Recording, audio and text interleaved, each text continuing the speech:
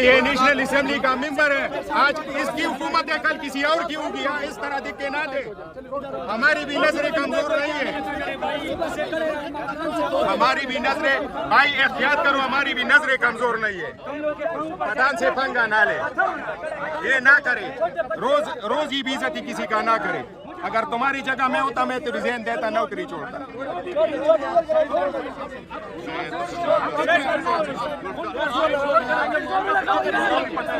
सरकार भाई